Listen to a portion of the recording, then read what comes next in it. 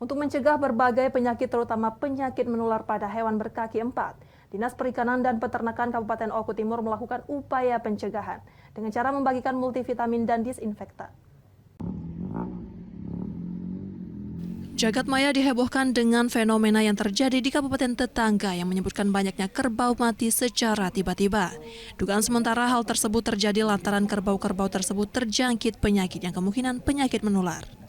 Untuk menghindari hal tersebut merambah masuk di Kabupaten Oku Timur, Dinas Perikanan dan Peternakan Oku Timur melakukan upaya pencegahan dengan cara membagikan multivitamin dan disinfektan di seluruh kecamatan yang ada di Kabupaten Oku Timur yang terdapat populasi hewan kerbaunya.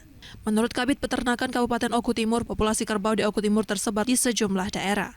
Namun jumlah tersebut tidak terlalu banyak sampai akhir 2023. Populasi hewan kerbau di Kabupaten Oku Timur mencapai 596 ekor, sedangkan untuk penyebarannya sendiri hampir tersebar di seluruh kecamatan. Bagikan kepada masyarakat melalui petugas kita di lapangan, itu ada dua macam, satu itu multivitamin, yang kedua disinfektan. Antisipasi ya, supaya jangan ada penyakit masuk ke Oku Timur, utamanya yang menjadi isu saat ini itu ada penyakit SE yang menyerang di kabupaten lain. Dari Oku Timur, Jarmiko Francisco, iNews melaporkan.